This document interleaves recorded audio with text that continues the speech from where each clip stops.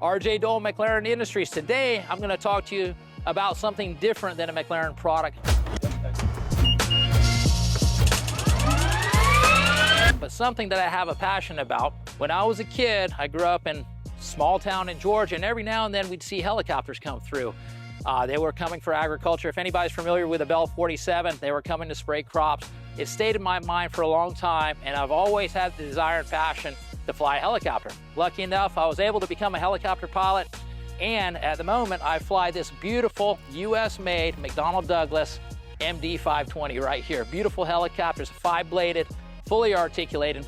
I want to talk about it because there's a great relationship that people probably never ever think about, but if you're a skid steer operator, you can probably fly one of these within a short amount of time. And what I mean by that, like a skid steer, you've got to use 2 hands and you've got to use 2 feet. If you have a passion, you have a desire to learn how to fly a helicopter, I guarantee you'll learn how to fly a helicopter faster than the average person who's never run a piece of heavy equipment. So let me show you what I'm talking about. So what we have here is we have our 2 hand controls.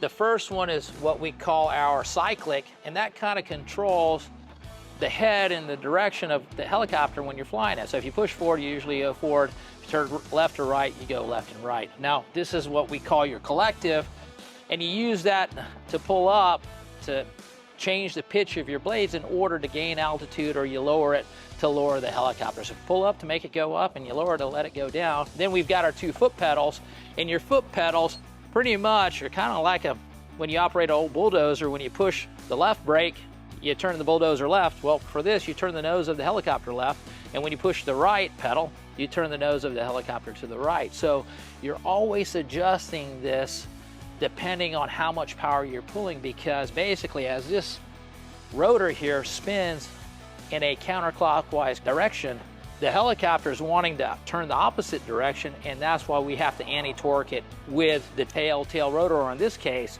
this is what we call a NOTAR, and there is no tail rotor on this helicopter, which gives it a great benefit when landing in confined areas, especially residential or construction sites where there could be a lot of people walking around who aren't familiar with helicopters. So that's one great thing. As you can see there, there is no tail rotor on this helicopter, but it's a duct fan, and that gives a certain percentage of anti-torque for this helicopter. Unlike an airplane, you really can't take your hands off of it and still fly. So when you're flying a helicopter, you've got to have 2 feet on the pedals, left hand on the collective and right hand on the cyclic, and you've got to be coordinated. So that's why I think skid steer operators have a much easier time learning how to fly a helicopter than somebody who's only ever driven a car.